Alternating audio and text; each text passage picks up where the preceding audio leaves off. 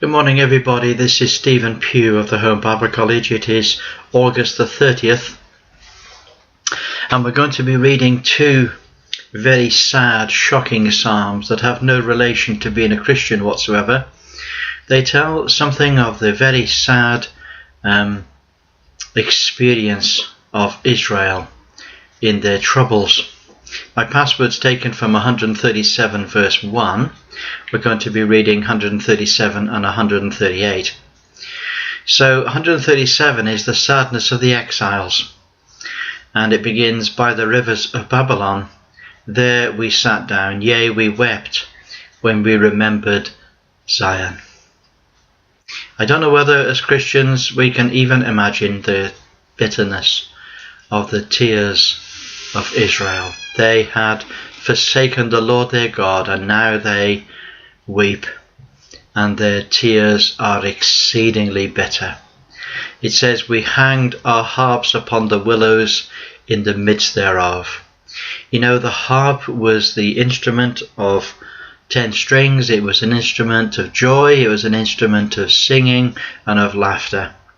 And they had to hang their harps there. They hung them on the willows because by hanging them they would be safe, they would be away from the water, and they would be away from all harm. However, they just could not sing. And for there they that carried us away captive required of us a song, and they that wasted us required of us mirth, saying, "Sing us one of the songs of Zion." And the reply was, "How shall we sing the Lord's song in a strange land?" How shall I sing the Lord's song in a strange land? Wow, what a depth of despair they were in. In verse 5 he says, "If I forget thee, O Jerusalem, let my right hand forget her cunning. If I do not remember thee, let my tongue cleave to the roof of my mouth. If I prefer not Jerusalem above my chief joy." And then he says something which no Christian could ever say. He says, "Remember, O Lord, the children of Edom in the day of Jerusalem, who said, raise it, even to the foundation thereof." You see, the children of Edom, they wanted Jerusalem destroyed right down to the very foundation. "O daughter of Babylon, who art to be destroyed, happy shall he be that rewardeth thee as thou hast served us. Happy shall he be that taketh and dasheth thy little ones against the stones." And so this horrendous atrocity against Babylon is something that will happen.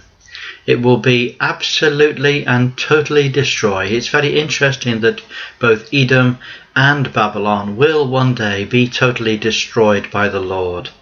And nobody will ever live in Babylon or in Edom ever again. The nation will be completely destroyed. No children will ever survive of the children of Edom or Babylon. That's going to happen, of course, in the day of the Lord. So a very, very sad thing indeed. "Happy shall he be that rewardeth thee as thou hast served us." You see, the way in which the Lord will judge the nations is that he will judge them according to how they have treated Israel. And Babylon will have treated Israel very poorly indeed. They will have committed horrendous sufferings against the people, and so the Lord will bring about his righteous judgment upon the nation, and they will be destroyed along with Edom. Now Psalm 138 is a prayer of thanksgiving, a psalm of David. "I will praise thee with my whole heart, before the gods will I sing praise unto thee." Now you'll notice something here, that this is a prayer in exile, very much like the previous was. "I will praise thee with my whole heart, before the gods will I sing praise unto thee." You see, the exclamation of praise is something that will be made in the company and surrounded by the gods of the heathens. I will worship towards thy holy temple, and praise thy name for thy loving kindness and for thy truth. For thou hast magnified thy word above all thy name.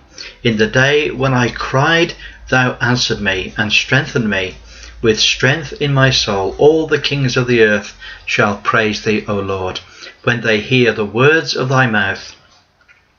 Yea, they shall sing in the ways of the Lord, for great is the glory of the Lord. Though the Lord be high, yet he hath respect unto the lowly, but the proud he knoweth afar off. Though I walk in the midst of trouble, thou wilt revive me. Thou shalt stretch forth thy hand against the wrath of mine enemies, and thy right hand shall save me.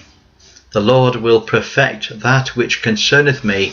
Thy mercy, O Lord, endureth forever. Forsake not the works of thine own hands. Amen. What an amazing psalm. He's surrounded by the gods of the heathen, and yet there, in the midst of the gods of the heathen, he brings praise unto the Lord. He worships toward thy holy temple, and he praises thy name for thy loving kindness and for thy truth, for thou hast magnified thy word above all thy name. Amazing. So it just shows how it's possible to serve God in the most adverse circumstances. It's possible to have a prayer of thanksgiving in the midst of idols. So let's lift up our spirits, and let's remember that when things are against us and when times are tough, it is still possible to know the Lord and to serve him and to worship him there. Well, God bless you. It's great to speak to you. Look forward to speaking to you again tomorrow. Bye for now.